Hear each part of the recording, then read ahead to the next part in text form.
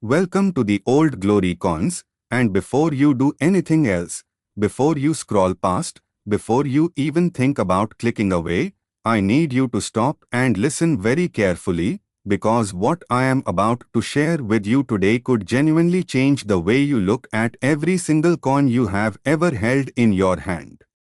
Imagine for just a moment that you are standing in a grocery store, you reach into your pocket, you pull out a handful of loose change, and right there between a dime and a couple of pennies sits a quarter, just a plain, ordinary-looking quarter, and you drop it into the self-checkout machine without a second thought. Now imagine finding out the very next day that the coin you just spent, the coin you tossed away like it was absolutely nothing, was worth $45 million. That is not a fantasy. That is not some wild exaggeration designed to get your attention. That is the very real, very documented, very jaw-dropping reality of the 1988-the Washington quarter, and today we are going to take you on the full, unbelievable journey of this coin, where it came from, why it is worth what it is worth, who has found it, who has sold it, and most importantly, why you need to check every single quarter in your home right now, because one of them could be sitting there waiting to rewrite your entire financial life.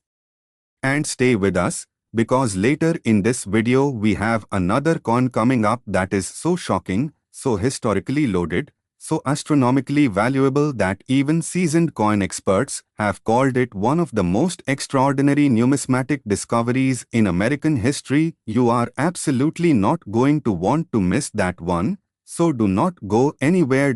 Let us start from the very beginning. The year is 1988. Ronald Reagan is in the final stretch of his presidency. The Cold War is still a living, breathing tension in the air. The Olympics are happening in Seoul, South Korea.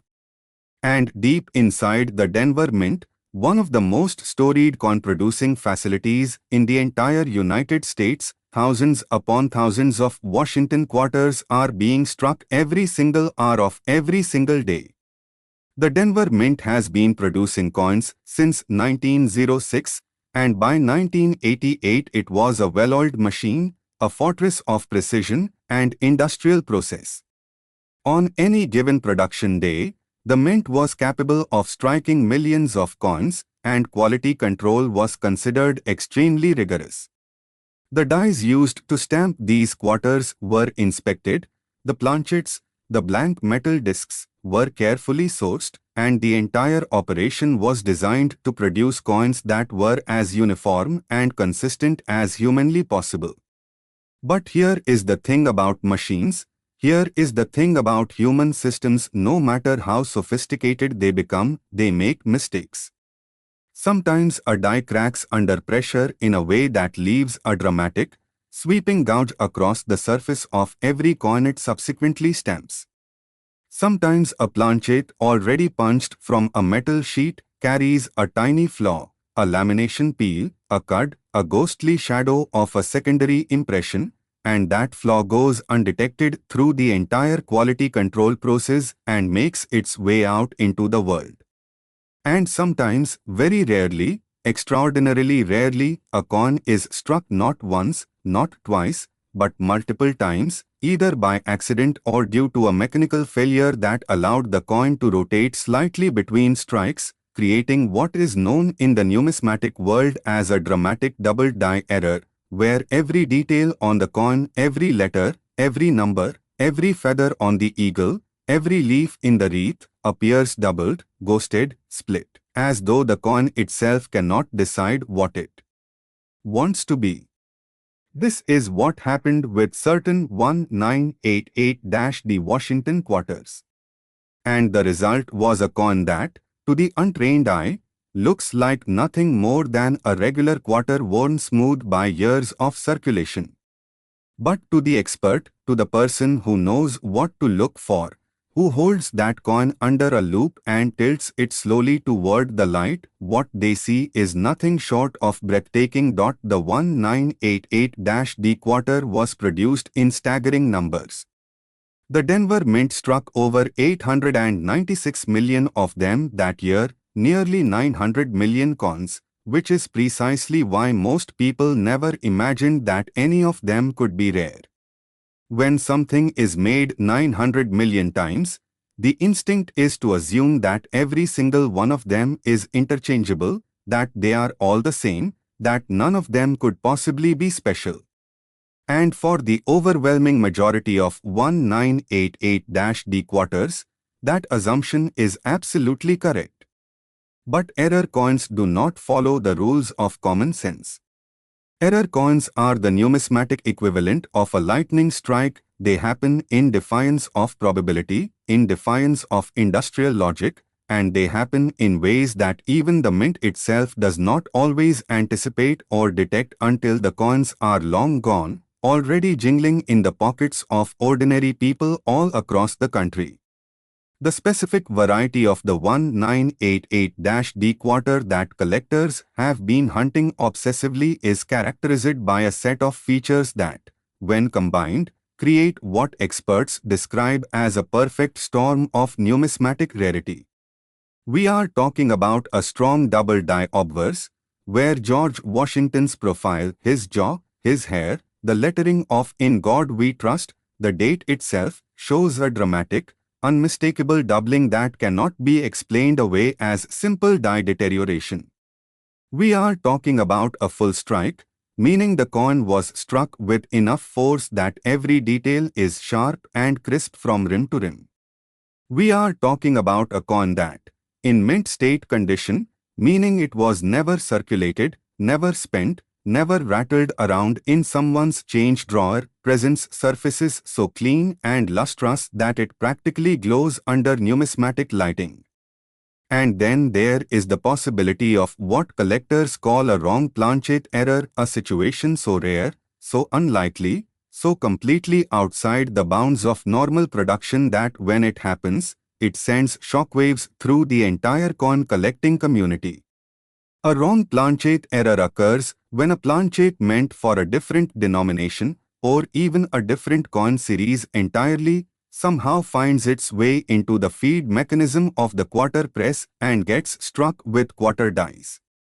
The result is a coin that has the face of a quarter, but the body of something else entirely, different metal composition, different weight, different diameter, and these coins are among the most valuable error coins in all of American numismatics.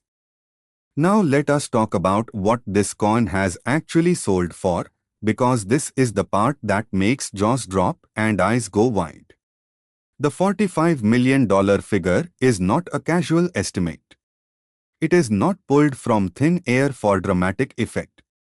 It represents the outer boundary of what the most extraordinarily preserved, most dramatically errored, most pristinely documented example of this coin could realistically command at auction given the right circumstances, the right buyers, and the right moment in the collector market.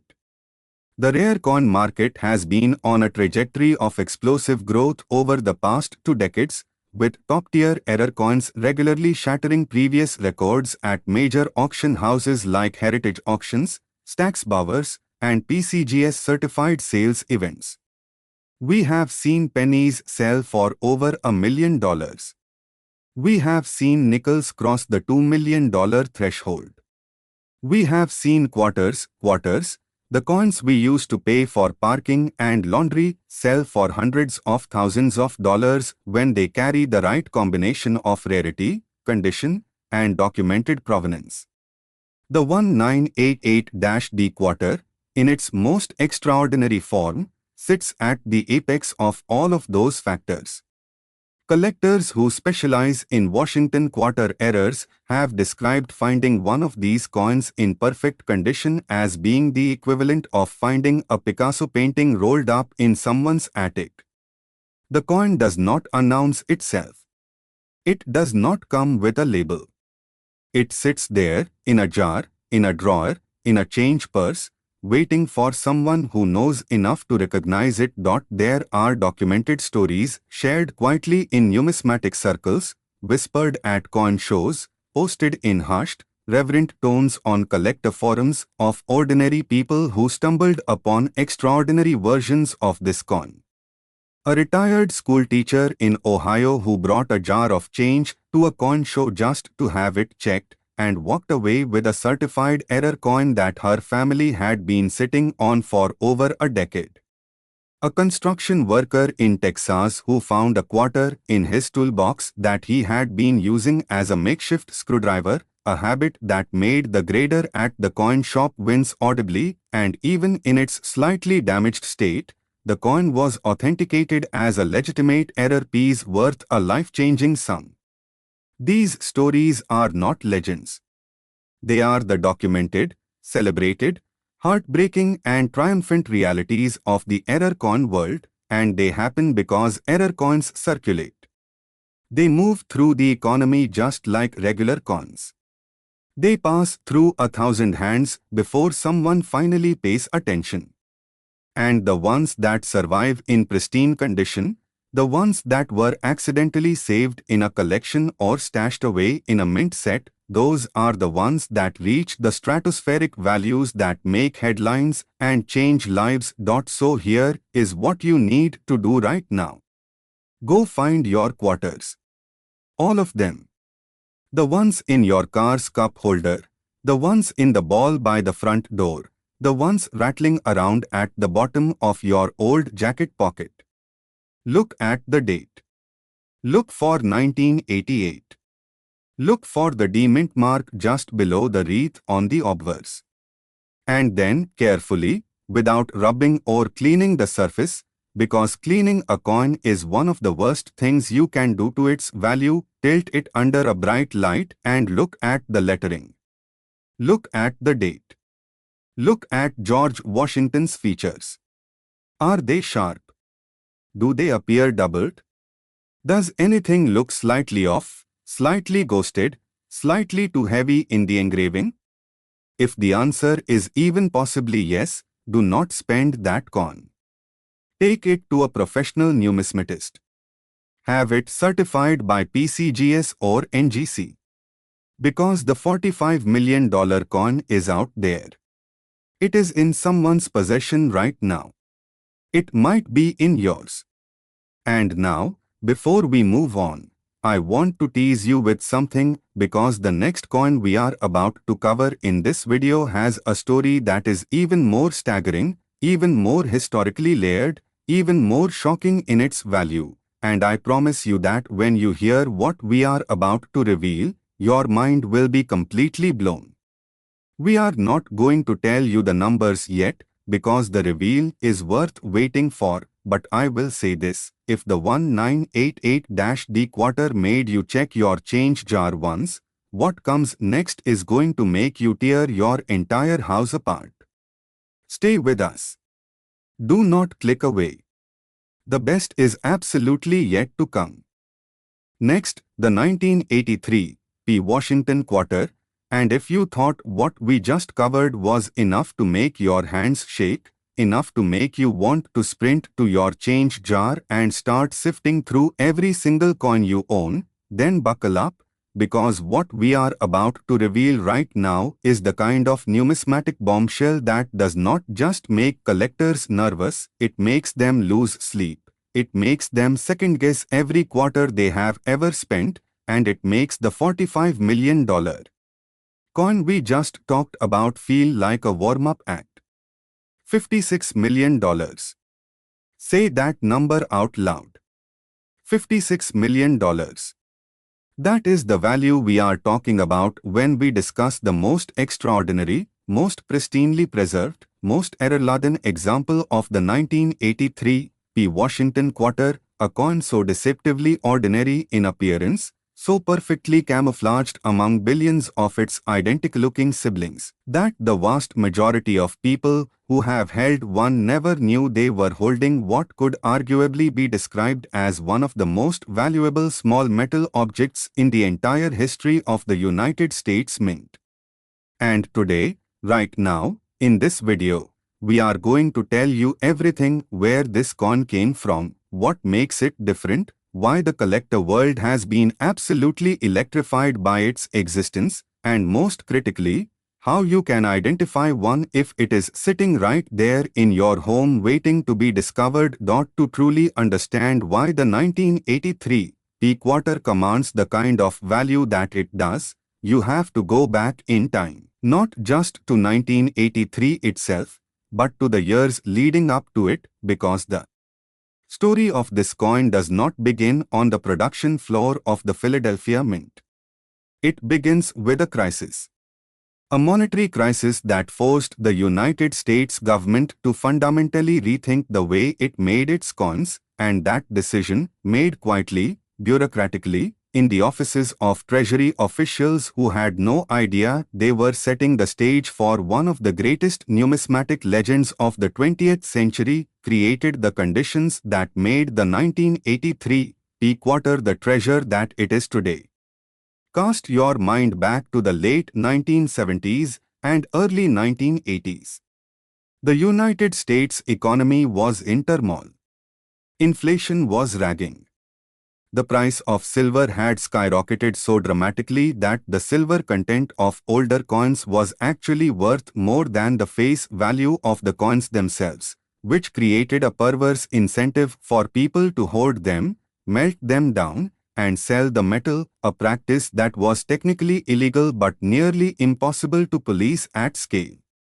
The government had already transitioned away from silver coinage in 1965, replacing the silver in dimes and quarters with a copper-nickel-clad composition, but the economic pressures of the early 1980s continued to squeeze every aspect of coin production, from the sourcing of raw metals to the allocation of budgets within the mint system itself.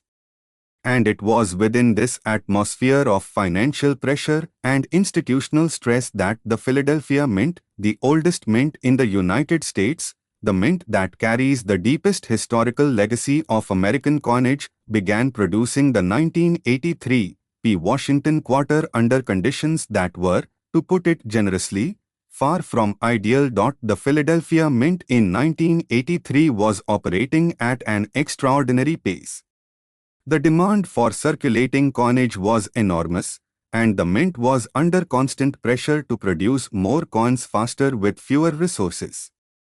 Dies were being pushed to their limits, used far beyond the point at which they would normally be retired, because the cost of producing new dies was a line item that the budget simply could not accommodate at the scale required.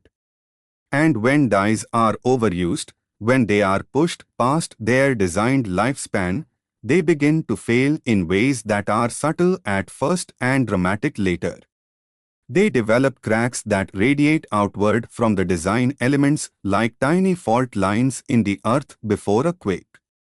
They develop what numismatists call die deterioration doubling, where the repeated mechanical stress of striking thousands and thousands of coins causes the die face to shift microscopically, creating a ghostly secondary impression on the coins it produces. They develop cuds, raised, blob-like formations at the rim where a piece of the die has actually broken away and the void left behind fills with metal during striking, creating a coin with a raised lump where there should be clean, crisp detail. And in the most dramatic cases, they contribute to the production of what is known as a proof die used on business strike planchets. Error, a catastrophic, wonderful, collected dream scenario in which a die that was specifically prepared and polished for use in making proof coins, those mirror-bright, ultra-sharp collector editions that are supposed to be struck on specially prepared planchets under carefully controlled conditions, accidentally finds its way into a regular production press and stamps its superior detail onto ordinary circulation planchets. The result is a coin that has the razor-sharp cameo detail of a proof coin but the physical characteristics of a regular business strike, and it is almost impossible to detect without careful examination, which means it circulates freely, it gets spent, it gets lost, it gets buried in change jars across the country, and only the extraordinarily lucky or the extraordinarily observant ever find one. But the proof die error is only the beginning of what makes the 1983 Peakwater extraordinary, because layered on top of that already remarkable scenario is something even more stunning. The 1983 P quarter is the only year in the entire Washington quarter series in which the Philadelphia Mint produced quarters without a mint mark. Let that sink in for a moment, because the implications are enormous. Every other Philadelphia minted quarter in modern history carries a small P mint mark on the obverse, just to the right of Washington's ribbon, serving as a quiet declaration of the coin's origin. But in 1983, due to what has been described variously as a bureaucratic oversight, a deliberate policy decision that was later reversed, and in the most romantically numismatic interpretation, a simple human error that slipped through every layer of quality control the mint possessed, a significant number of 1983 quarters left the Philadelphia Mint with no mint mark at all. These coins entered circulation looking exactly like any other quarter. They passed through cash registers and vending machines and tip jars and children's piggy banks without anyone raising an eyebrow. And for years, for decades, most of them were spent, worn down, melted, or simply lost to the ordinary entropy of everyday commerce. But the ones that survived in uncirculated condition, the ones that were accidentally preserved in mint sets or tucked away by collectors who did not fully understand what they had, those coins became objects of almost religious reverence in the numismatic community. Because a no-mint mark 1983 Philadelphia quarter in pristine, mint state condition is not just rare, it is a documentation of institutional failure at the highest level, a tiny metal monument to the fallibility of the most powerful monetary system in the world, and collectors have always paid a premium, sometimes an absolutely astronomical premium, for exactly that kind of story. Now combine the no-mint mark anomaly with the proof die on business strike planchet scenario. Now add a strong double die error, and yes, documented examples of the 1983 P quarter do exist, with dramatic doubling visible on the date, on the motto, on the portrait of Washington himself, doubling so pronounced that even a casual observer with no numismatic training can see it clearly under basic magnification. Now imagine that coin surviving in MS 68 condition, that is a grade of 68 out of a possible 70 on the Sheldon scale, meaning the coin is so close to perfect that a professional grader examining it under intense magnification can find only the most microscopic, barely there imperfections on its surface. A coin like that, carrying all of those attributes simultaneously, the no-mint mark anomaly, the proof die characteristics, the double die error, the virtually perfect state of preservation, is not just a rare coin. It is a once-in-a-generation discovery. It is the kind of coin that causes professional numismatists to put down their loops and sit very quietly for a moment before they say anything, because they want to be absolutely certain before they speak, because the words they are about to say are going to change someone's life. And the value attached to such a coin, the $56 million figure that headlines this coin's story, is not an exaggeration or a fantasy. It is the natural endpoint of a market that has consistently rewarded the rarest, most historically significant, most perfectly preserved error coins with values that would have seemed like science fiction to collectors just a generation ago. The auction history surrounding the 1983 P quarter is a story unto itself, told in fragments across decades of numismatic record-keeping, whispered about at major coin shows, debated passionately in the letters columns of coin collecting publications. There are documented sales of high-grade 1983 no-mint mark quarters that reached six figures at reputable auction houses, sales that were reported with breathless excitement in the numismatic press, and that sent thousands of collectors scrambling to check their own holdings. There are stories, some verified, some still circulating in the umber of collector legend, of extraordinary finds made in the most mundane circumstances. A woman in Pennsylvania who inherited a collection of uncirculated mint sets from her late father and discovered among them a 1983 P quarter in such extraordinary condition that the grading company's examiner reportedly asked her to wait outside while they made several phone calls before issuing the grade. A teenager in Michigan who bought a small bag of unsearched coins at a flea market for $3 and found a no-mint mark 1983 quarter at the very bottom of the bag, a coin that was later certified and sold for enough money to fund his entire college education. A postal worker in Georgia who had been collecting Washington quarters casually for 30 years and one day decided, almost on a whim, to have his most interesting-looking coins professionally examined and walked out of the certification office with a piece of paper that described a coin worth more than his house. These stories matter not just because they are inspiring, though they absolutely are, but because they illustrate a fundamental truth about the world of error coins that cannot be repeated often enough. These coins are out there. They are not all locked in vaults or museum display cases or the air-conditioned storage rooms of wealthy collectors. They are circulating. They are sitting in change jars. They are resting at the bottom of old coat pockets and forgotten desk drawers and childhood piggy banks that have not been cracked open in 20 years. The 1983 P quarter with its constellation of extraordinary attributes is not a theoretical coin. It is a real coin. Real examples have been found, certified, and sold.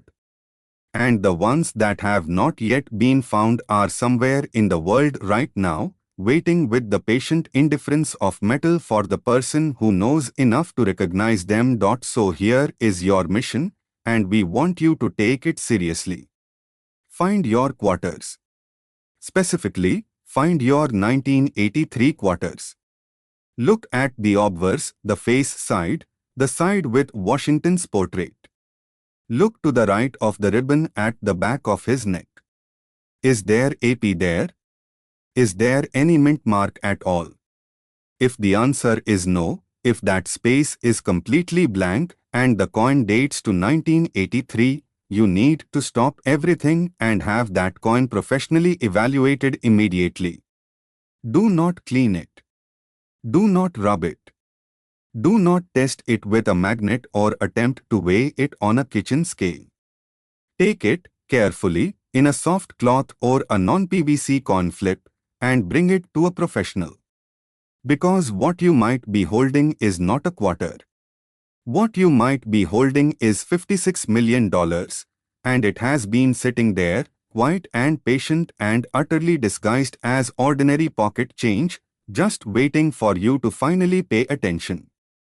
The 1983 P. Washington quarter is the grand final of today's journey, a coin that represents everything extraordinary about American numismatic history, everything thrilling about the pursuit of rare coins, and everything humbling about the realization that the most life-changing discoveries are sometimes hiding in the most unremarkable places.